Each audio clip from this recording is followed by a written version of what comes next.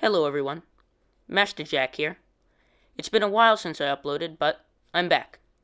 Today in Kerbal Space Program, we will kick off the space tourism industry, and more importantly, attempt to send Jeb to Duna and back without stranding him for the rest of his days.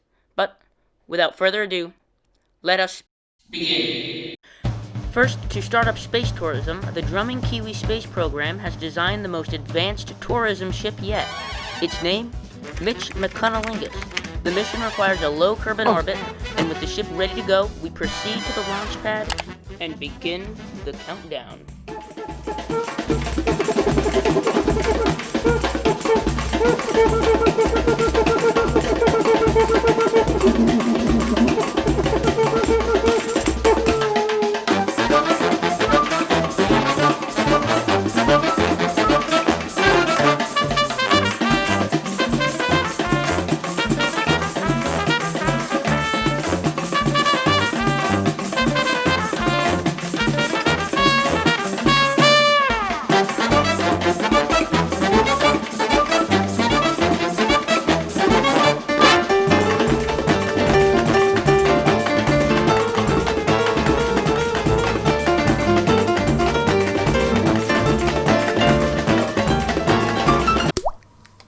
We safely splashed down after a successful mission.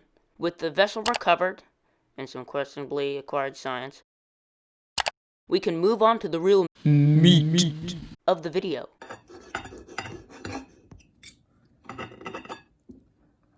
For fuck's sake, not that meat! What I was trying to say is to Duna and back with Jeb, preferably in one piece. So, let us continue. Construction time, baby!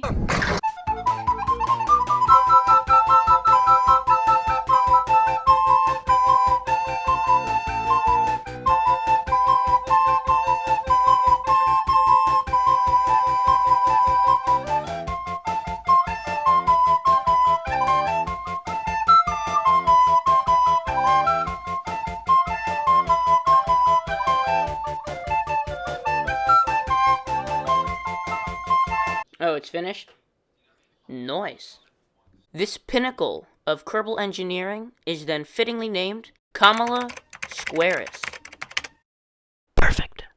With the ship ready to launch, it's time to get this bird in the air. Alright, boys. Let's fucking go to Duna.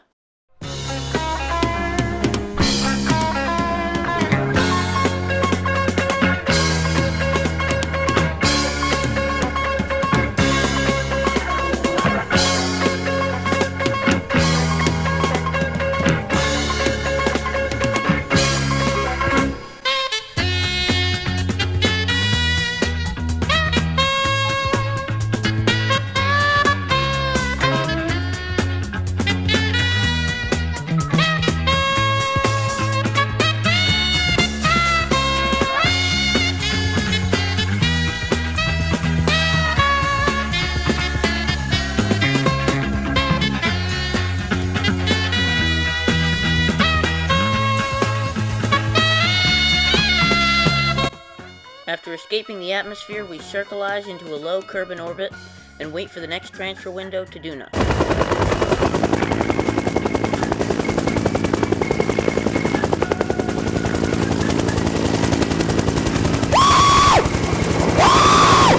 After reaching the transfer window and completing the necessary burn, it's only a year-long trip to Duna.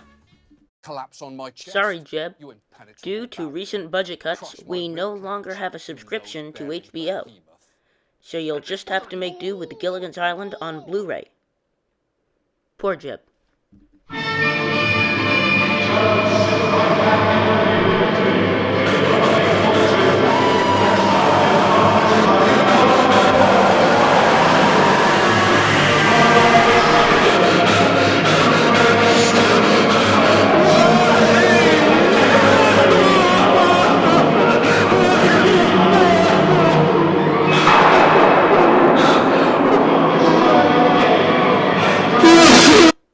Oh wait, we're here?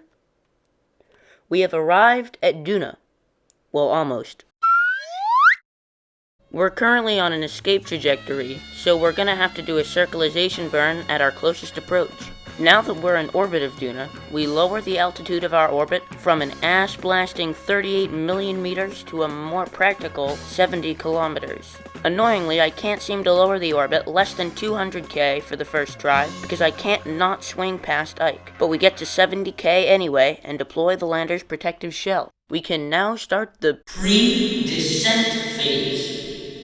We now transfer most of the remaining liquid fuel from the drive stage into the lander. Now, with the lander fully fueled and ready to go, we separate from the drive stage, which we will have absolutely zero problems meeting up with again in orbit. With that out of the way, it's time to start the descent proper.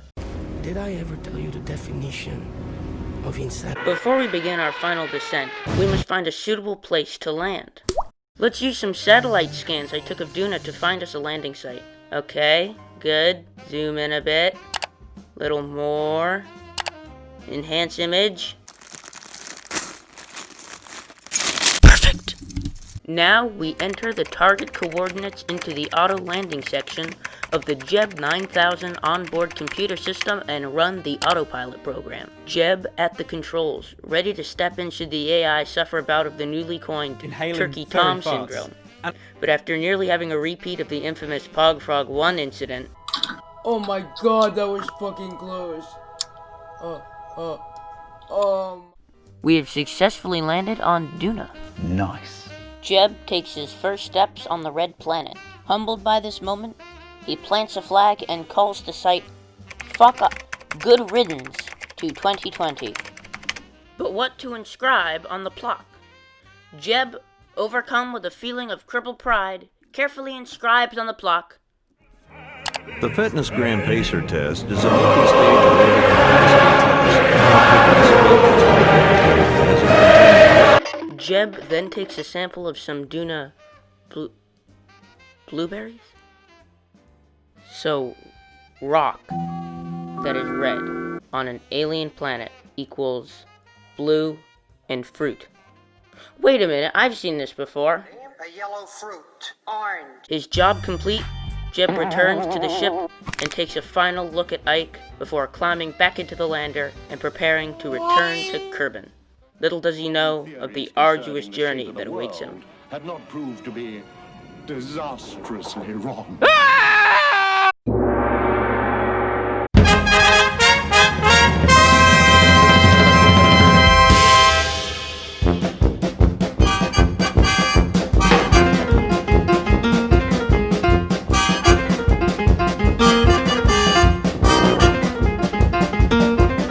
We lift off from the surface of Duna and into orbit.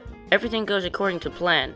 Except, of course, for the fact that our orbital inclination is fucked to the point that we don't have nearly enough fuel to even match planes with the drive stage. Forget a rendezvous.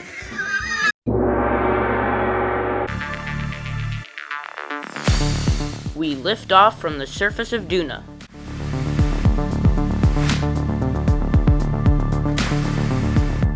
Thanks to my utilization of the launch into plane of target option instead of launch to rendezvous, we launch into an orbit with a much better inclination. Just a few small maneuvers and we should be able to start docking procedures. Of course, as I'm warping to the final maneuver, this happens.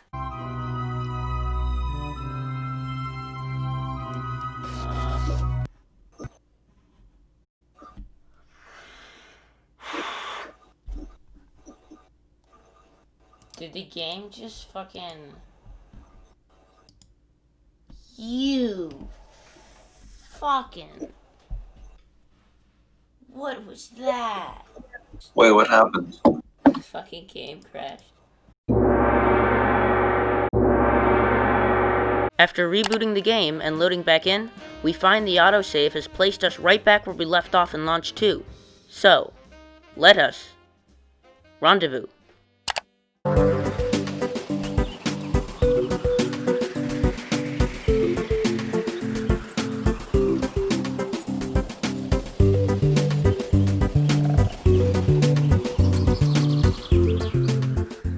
After successfully completing some more maneuvers, we finally meet up with the drive stage in orbit. Oh my god! Oh my god! Oh my god! We activate the docking program and start alignment maneuvers. Almost there. A little more, and docked. Wait. What the f-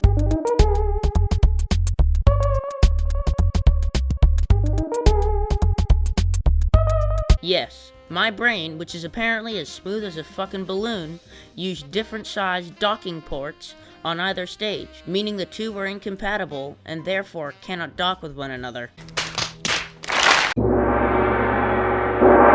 New plan. Fuck the rendezvous. We're gonna launch from the surface of Duna and land back on Kerbal with just the lander, or fucking die trying.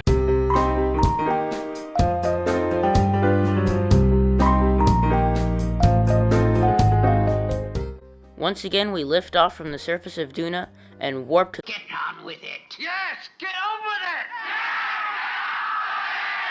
it! We do a transfer burn at the next window and sail towards Kerbal.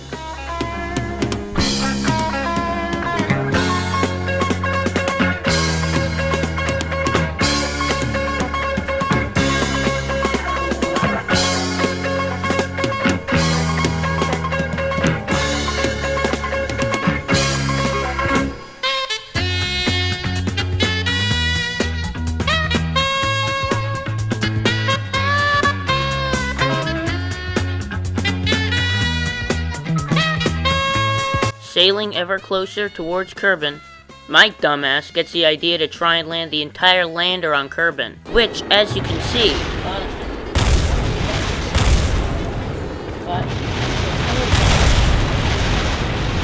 was a very stupid idea. And so I did the sensible thing and just landed the command pod, which, after gently landing in Kerbal's oceans, was recovered alongside the now level 4 pilot Jeb. Mission successful. Jeb isn't dead, and we got that bread. Very nice. Anyways, guys, that's it for this video. Just make sure to like and subscribe. Please note, those are not optional. I realize that I've been gone for, well, at this point, the better part of a year since my last real video. But I hope you guys enjoyed this one, and I hope to turn it into a series. I loved making it, and can't wait to start making episode 2. But until then, please tell me your thoughts in the comments, and I'll see you next video. And until then, stay safe during these trying times. Happy 2021, and good fucking riddance to 2020. Some things in life are bad. They can really make you mad. Other things just make you swear and curse. When you're chewing on life's gristle, don't grumble, give a whistle. And this'll help things turn out for the best. And always look on the bright side of life. Always look on the light side of life. If life seems jolly rotten, there's something you've forgotten, and that's to laugh and smile and dance and sing. When you're feeling in the dumps, don't be silly chumps. Just purse your lips and whistle, that's the thing. And always look on the bright side of life.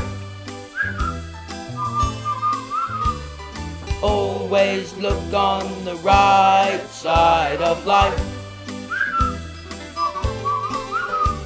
For life is quite absurd, and death's the final word. You must always face the curtain with a bow. Forget about your sin, give the audience a grin. Enjoy it, it's your last chance anyhow. So always look on the bright side of death. Just before you draw your terminal breath. For life's a piece of shit when you look at it. Life's a laugh and death's a joke, it's true. You'll see it's all a show, keep 'em laughing as you go. Just remember that the last laugh is on you. And always look on the bright side of life. Always Always look on the bright side of life. Always look on the bright side of life. Always look on the bright side of life. I mean, what have you got to lose, you know? You come from nothing, you're going back to nothing. What have you lost? Nothing. Nothing will come from nothing, you know what they say? Cheer up, you old bugger, give us a grin. There you are, see? It's the end of the film. Incidentally, this record's available in the foyer. Some of us got to live as well, you know. Who do you think pays for all this rubbish? They're not gonna make their money back, you know. I told them. I said to him, Bernie, they'll never make their money back.